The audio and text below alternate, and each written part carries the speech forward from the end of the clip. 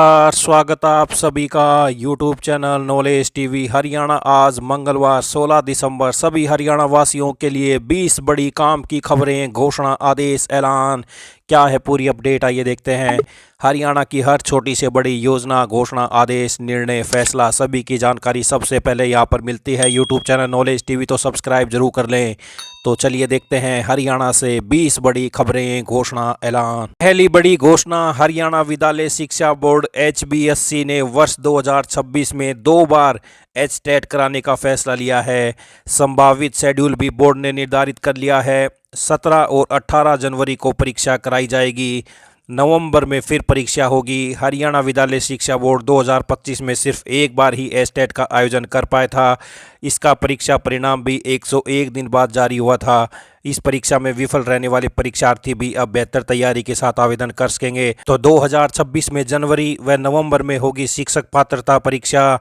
2025 में सिर्फ एक बार हुई थी परीक्षा। आइए अगली बड़ी घोषणा देखते हैं। प्रदेश में सामने आए धान घोटाले के बाद प्रदेश सरकार ने ऐसे मामलों से निपटने के लिए तैयारी शुरू कर दी है। मुख्यमंत्री नायब सिंह सैनी ने धान घोटाले का नाम लिए बिना कहा कि गेट पास जारी करने से लेकर मंडी शुल्क की वसूली तक हर प्रक्रिया को पूर्ण रूप से डिजिटल बनाना होगा ताकि कार्य में पारदर्शिता बनी रहे। प्रदेश में गेट पास व मंडी शुल्क वसूली की प्रक्रिया पूरी तरह डिजिटल बनेगी। बिना धान घोटाले का जिक्र किए सीएम बोले, भ्रष्टाचार की जड़ें काटने को टेक्नोलॉजी अपनानी होगी। वहीं मुख्यमंत्री नायब सैनी ने कहा कि फल सब्जी उत्पादक किसानों के लिए कोल्ड स्टोरेज की व्यवस्था करना सरकार की प्राथमिकता है। मार्केट कमेटियों के पदाधिकारी अपने क्षेत्र में PPP मॉडल के तहत कोल्ड स्टोरेज स्थापित करने के प्रस्तावों को प्राथमिकता दें। वहीं मुख्यमंत्री नायब सिंह सैनी ने कहा कि आमजन की समस्याओं के त्वरित समाधान के लिए 25 दिसंबर 2014 को शुरू हुए CM विंडो पोर्टल पर अब तक 14,82,924 शिकायतें प्राप्त हुई हैं। करीब 81% शिकायतों का समाधान किया जा चुका है। सीएम अपने निवास संत कुबेर कुटीर में प्रदेश के सभी जिलों से आए CM विंडो से जुड़े प्रबुद्धजनों के साथ सीधा संवाद कर रहे थे। आइए अगली बड़ी घोषणा देखते हैं। बिजली निजीकरण, ड्राफ्ट बिजली संशोधन बिल 2025 और प्रीपेड स्मार्ट मीटरिंग के विरोध में किसान, मजदूर और बिजली कर्मचारी इंजीनियर एकजुट हो गए हैं। इन संगठनों ने देशव्यापी आंदोलन का ऐलान किया है। यह फैसला संयुक्त किसान मोर्चा, केंद्रीय ट्रेड यूनियन और national coordination committee of electricity employees and engineers की नई दिल्ली स्थित BTR भवन में आयोजित बैठक में लिया गया। आंदोलन के पहले चरण में जनवरी 2026 में सभी राज्यों में संयुक्त सम्मेलन आयोजित किए जाएंगे। फरवरी में राज्यव्यापी धरने, प्रदर्शन और रैलियां होंगी। इसके बाद 18 मार्च को दिल्ली कूच करते हुए रामलीला मैदान में विशाल रैली आयोजित की जाएगी। आइए अगली बड़ी घोषणा देखते हैं। शिक्षा विभाग ने ग्रीष्म अवकाश के दौरान प्रशिक्षण में शामिल हुए प्राथमिक शिक्षकों को राहत दी है। निपुण हरियाणा मिशन के तहत कक्षा 1 से 5 तक के शिक्षकों के लिए मई-जून 2025 में 5 दिवसीय प्रशिक्षण आयोजित किया गया था। यह प्रशिक्षण 27 मई से 30 जून 2025 के बीच ग्रीष्म अवकाश में कराया गया। विभाग की ओर से जारी आदेश के अनुसार जिन शिक्षकों ने 1 जून से 30 जून के बीच पूरे 5 दिन का प्रशिक्षण सफलतापूर्वक पूरा किया है, उन्हें 3 दिन का प्रतिपूरक अवकाश मिलेगा। आइए अगली बड़ी घोषणा देखते हैं। हरियाणा सरकार की तरफ से हाल ही में 4000 से ज्यादा डिपो होल्डरों के पदों पर भर्ती की जाएगी। जल्द ही इसके लिए आवेदन भी शुरू हो जाएंगे। खास बात यह है कि महिलाएं भी इसके लिए आवेदन कर पाएंगी। तो हरियाणा में जल्द होंगी 4000 से ज्यादा पदों पर डिपो होल्डर की भर्ती। महिलाओं को भी मिलेगा 33% आरक्षण। आइए अगली बड़ी घोषणा देखते हैं। ग्रामीणों को 100 दिन के रोजगार की गारंटी देने वाली मनरेगा योजना अब नए नाम और क्लेवर में लागू होगी। मनरेगा यानी महात्मा गांधी राष्ट्रीय ग्रामीण रोजगार गारंटी अधिनियम। केंद्र सरकार ने इसका नया रूप विकसित भारत गारंटी फॉर रोजगार एंड आजीविका मिशन ग्रामीण बिल 2025 यानी VBG राम जी तैयार कर लिया है, जो जल्द लोकसभा में पेश किया जाएगा। नए ग्रामीण रोजगार कानून का उद्देश्य विकसित भारत 2047 के राष्ट्रीय विजन के अनुरूप ग्रामीण विकास का नया ढांचा तैयार करना है। इसमें रोजगार गारंटी के दिन बढ़ाकर 125 करने का प्रस्ताव है। तो 20 साल बाद नया क्लेवर लोकसभा में नया ग्रामीण रोजगार बिल पेश होगा। मनरेगा अब जी राम जी, सरकार ने बदला नाम, 125 दिन सशर्त काम मिलेगा।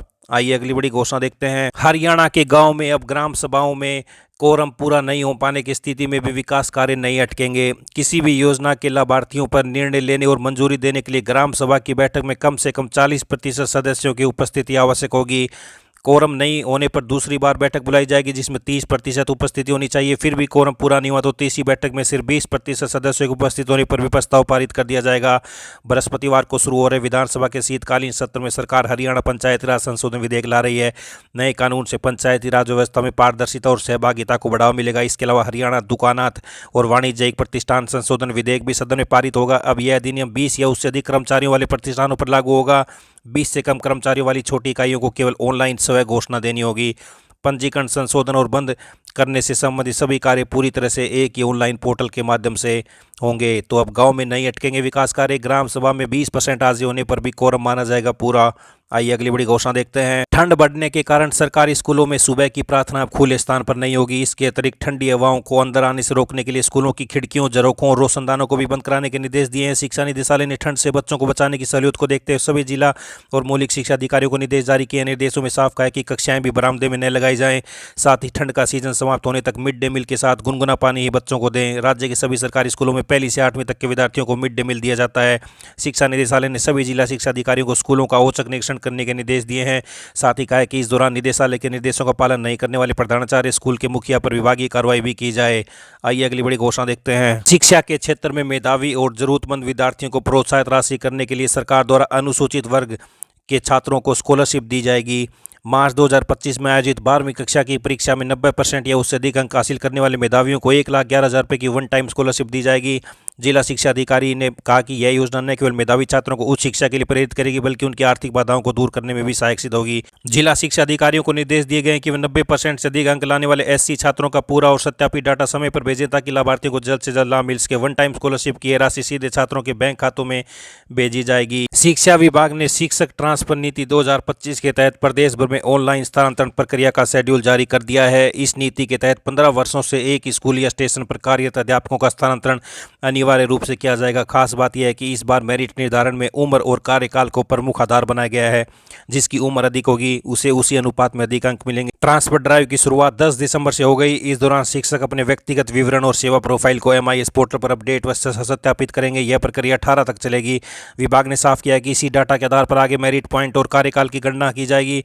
प्रोफाइल सत्यापन के बाद 19 से 20 तक शिक्षकों के मेरिट पॉइंट की गणना, स्कोर का प्रकाशन और कार्यकाल की गणना की जाएगी। इसके साथ ही सभी शिक्षकों को प्रारंभिक सूची जारी कर दी जाएगी। हरियाणा पुलिस में महिला पुलिसकर्मियों की संख्या को 15 से बढ़ाकर 25% तक करने की मुख्यमंत्री नायब सैनिक की घोषणा को लागू कर दिया गया है। पुलिस विभाग ने इस समय में 5,750 पुलिसकर्मियों की भर्ती की प्रक्रिया चल रही है। इसमें 950 महिला पुलिसकर्मियों की भर्ती की जानी है। तो पुलिस में बढ़ेगी महिलाओं की भागीदारी। 550 नई भर्तियों का मंजूरी भी मिल गई है। तो वहीं हरियाणा सरकार ने पुलिस विभाग को 550 अतिरिक्त महिला पुलिस कांस्टेबल की भर्ती की स्वीकृति भी प्रदान कर दी है। हरियाणा में तीसरे दिन घना कोहरा छाया रहा, जिससे बहादुरगढ़, जींद, नूंह और रेवाड़ी समेत कई जगहों पर दृश्यता 5 से 10 मीटर रही। इससे 9 जिलों में हुए हादसों में 6 लोगों की मौत हो गई और 60 से अधिक लोग जख्मी हुए हैं। ये हादसे सोनीपत, झज्जर, पलवल, नूंह, फरीदाबाद, फतेहाबाद, सिरसा, गुरुग्राम और हिसार जिलों में हुए। सभी हादसे नेशनल हाईवे व विभिन्न एक्सप्रेसवे पर, जिस कारण कई जगह जाम लगा तो कई जगह वाहन एक के बाद एक दूसरे से टकराते रहे। इस बीच फरीदाबाद, पलवल, गुरुग्राम व रोहतक में जिला प्रशासन ने कोहरे को लेकर एडवाइजरी जारी की है। उन्होंने सुबह के समय यात्रा से बचने की सलाह दी है। तो आज भी 14 जिलों में अलर्ट जारी किया गया है। कोहरे का कहर, वाहन धीरे चलाएं, 2 वाहनों के बीच पर्याप्त दूरी रखें। आइए अगली बड़ी घोषणा देखते हैं। अब 6 साल से कम आयु के बच्चों को पहली कक्षा में प्रवेश नहीं मिलेगा। प्रदेश सरकार ने शिक्षा का अधिकार अधिनियम 2011 में संशोधन करने का निर्णय लिया है। पुराने नियम में पहली कक्षा में दाखिले के लिए बच्चों की आयु 5 से 6 वर्ष निर्धारित की गई थी। राष्ट्रीय शिक्षा नीति 2020 के तहत पहली कक्षा में दाखिले के लिए न्यूनतम आयु 6 वर्ष निर्धारित है। इन्हीं नियमों की अस्पष्टता के चलते हाईकोर्ट में लगातार याचिकाएं दायर हो रही थी और शिक्षा विभाग को बार बार कानूनी उलझनों का सामना करना पड़ रहा था। आइए अगली बड़ी घोषणा देखते हैं। प्रदेश के 4 विश्वविद्यालय के असिस्टेंट को अब 3600 ग्रेड पे मिलेगा। कोर्ट ने प्रदेश सरकार की SLP को किया रद्द। प्रदेश के 4 विश्वविद्यालय Kurukshetra university, Maharshi Dayanand university, CBLU Sirsa और भगत फूल सिंह यूनिवर्सिटी सोनीपत के असिस्टेंट को अब 3600 ग्रेड पे मिलने का रास्ता साफ हो गया है। इससे प्रदेश भर की 4 यूनिवर्सिटी के सैकड़ों कर्मचारियों को वित्तीय लाभ मिलेगा। यूनिवर्सिटी प्रशासन ने असिस्टेंट के पद की ग्रेड पे सितंबर 2014 में 3600 से घटाकर 3200 रुपये कर दी थी।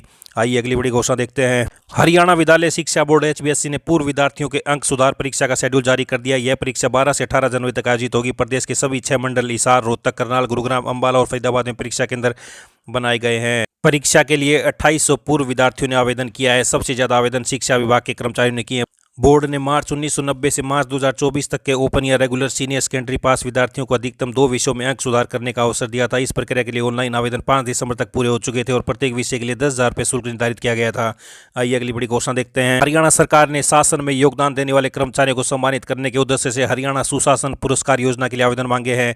सुशासन पुरस्कारों के लिए आवेदन करने या नाम भेजने की तिथि बढ़ाकर 17 दिसंबर 2025 कर दी गई है। इसके बाद ऑनलाइन पोर्टल बंद हो जाएगा और आवेदन स्वीकार नहीं किए जाएंगे। तो फ्लैगशिप पुरस्कार के लिए हर सदस्य को मिलेंगे 51,000 रुपये। शिक्षा विभाग ने 18 दिसंबर तक पोर्टल पर स्कूलों से मांगी है पुस्तकों की डिमांड। पिछले शैक्षणिक सत्र में गलत जानकारी के कारण समय पर नहीं पहुंची थी पुस्तकें। तो ये बड़ी अपडेट, शिक्षा विभाग बड़ा आदेश जारी। सभी स्कूलों को MIS पोर्टल पर छात्रों की शैक्षणिक सत्र 2025-26 के अनुसार छात्रों की संख्या और अनिवार्य विषय के पुस्तकों की डिमांड सही दर्शानी जरूरी है। तो ये बड़ी अपडेट, ये सभी हरियाणा वासियों के लिए आज बड़ी खबरें, घोषणा, आदेश, ऐलान, पल पल की अपडेट आप सभी को मिलती रहेगी। चैनल को सब्सक्राइब जरूर कर लें, वीडियो को लाइक, कमेंट, शेयर, सब्सक्राइब जरूर करें। बहुत बहुत धन्यवाद।